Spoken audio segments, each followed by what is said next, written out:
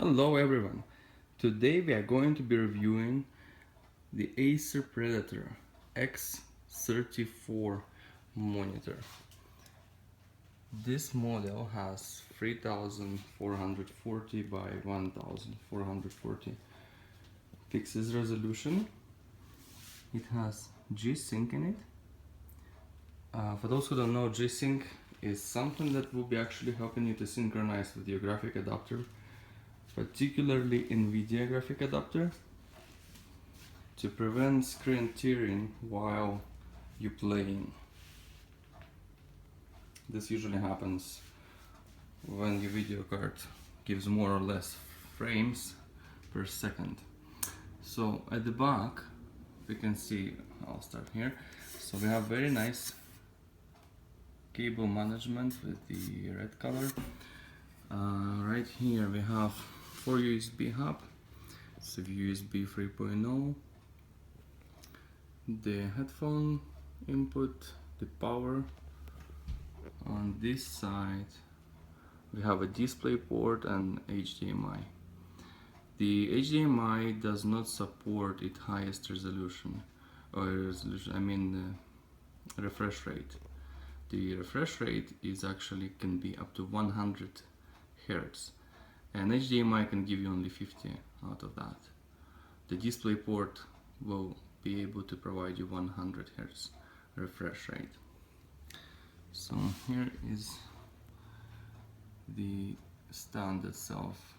So not mentioning that it's already a very large monitor, it also has big stand. By big I mean if you have even the large desk, it will actually take definitely half of it. So I don't know, it's about 30 centimeters comes out from back to the front. The legs, they go, you can see it, they go very low at the front and they rise and slowly going behind it.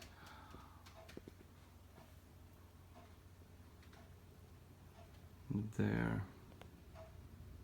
Okay, so let's talk about specifications. As I mentioned, it's 3440 by 1440 resolution. It has IPS technology, it has a matte finish, it has 2 speakers, 7 watt each. It has LED underglow that you can pick 5 different colors. It's right there, this white strip. So yeah, this is LED. Nice additional feature. The back is glossy, so it will leave fingerprints. It will be difficult to maintain. But you know what? Even if you place it somewhere at the reception, which is I doubt, it's too cool for reception, but anyway, if you will, it still look very nice, and your clients will love it. Talking about G-Sync. G-Sync says that you will never lose any frames while you're playing. You will need for that NVIDIA graphic adapter. I was testing it with NVIDIA 1080 on Aurora R6, and I never saw any frames been missing. I don't know how fast my eyes can see, but well, I feel like everything about 60 I don't see any more frames than above 60. But the games, most of them, they play above 60, play 70, 80, 90, 100, over 100. So I guess once it hits 100 frames, if you have an extremely strong PC, you have two 1080s, so you have a Titan X as a GPU in your computer. Once it goes over 100, the monitor will not show you more than 100. It will keep showing you 100. Cannot show, obviously, because the refresh rate is 100 Hz. So we'll see how this monitor will be performing with the Alienware Aurora R6. It has 1080, it has 77 i7 processor, it has 32 GB of RAM. Well, I'll show the specifications of the full setup at the bottom. So this is how it can move. that. Goes down, goes all the way up. That knows quite a lot goes up. So it'll be very good to adjust the height depending how you like it. Right here on the right side we have a menu buttons, and I heard a lot of complaints how not intuitive they are, how it's difficult to push the wrong button, and all of those reviews were absolute true. For me, even after using 3 weeks, I'm still clicking wrong ones when I need to do something to change a mode from game to standard or any of that. I'm still clicking the wrong buttons. But you know, considering everything else that the monitor has, that would not be an issue actually. So once you set up your refresh rate, and you would set it up also from these buttons right on the monitor menu, you will do it manually. You can click, you will click it up to 100 Hz.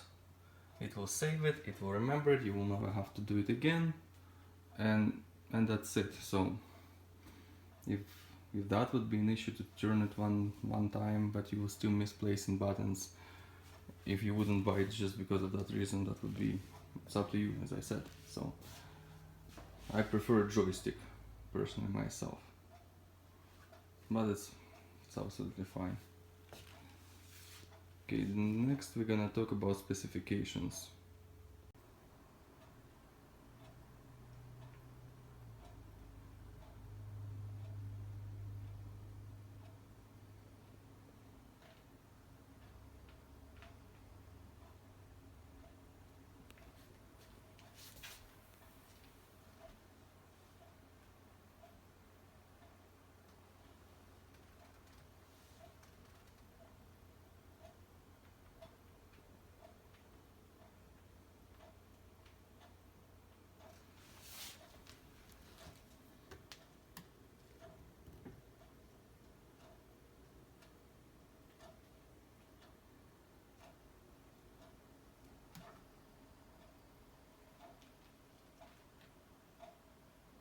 Alright, so I was not going to use the stand. One of the main reasons, because the stand is too big. Even though I have relatively large desk. I mean, this is not a small size desk. I mean the width. And still monitor was going up to my keyboard, where it's right now. No, wait, it was about here somewhere. Yeah, and it still was not letting me to push the knee forward. Sometimes I like to rest my hand on the desk, sometimes I like to move it away, move it forward, and here, right here was one of the legs, and right there was one of the legs. So I used the arm, the wall mounted arm. Let me show you the arm. Monitor can now go way up. It can just stay there if you need it. Well, I'm using it on this position when I'm doing my workouts, my cardio workouts. It's just easy to see. So at the back we have the arm. It's a wall mounted, so you'll need a stud 100% for that. ROSEWILL, the name of the stand. I will leave the link for this arm. I'm saying stand, this is the arm actually. So it fit perfectly. It's 100 by 100, so it's pretty standard, and even though it has smaller holes, the arm can support, I think, couple pounds more than this monitor weighs. So that worked out for me. Let's fire up and let's see. So you have logo coming out, G-Sync.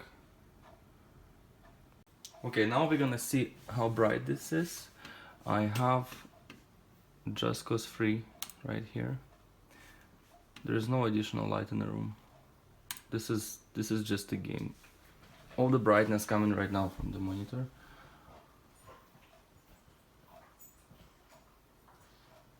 Let's look around.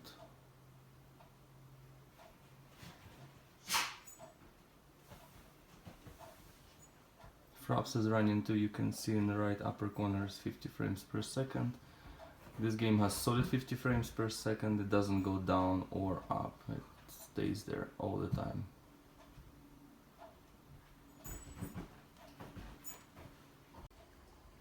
Okay, now we're gonna see the buttons under.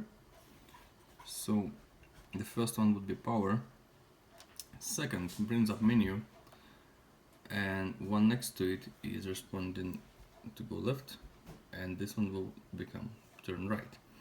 The one next to it, the third button, or fourth if you count from the first one, will bring you to the main menu. And here these two again, these two again will go up and down. If you want to pick something, you choose the one next to them, and you will be in this menu. So as I was saying, it's very confusing buttons. It's very difficult, but once you set everything up, you will not have to go back to it again. And talking about going back, to go back you have to press fourth button to go back into main menu. There you can see maximum is 100 Hz. We have brightness, contrast, this stuff, language, I don't know, so you can adjust many things here.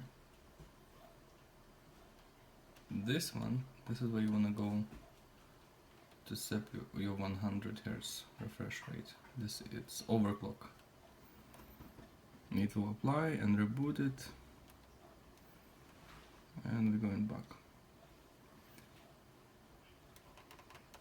So this E button, which is the very last one, will be, it shows you standard, eco mode, user mode that you can bring and pick your own. Movie just gets a bit darker. Working on graphics at the brightest and the most colorful, I think, mode, which is there. You can set up your own. There. Now, if you click the very last one button, which also brings the menu, and you go here, this is free modes, and this one, the G one, this is for the games. Just gets darker, makes it darker. It's restarting now.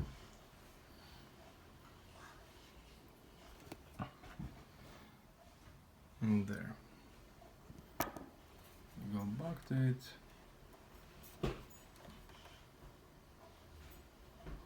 Click on it again and it will restart it again.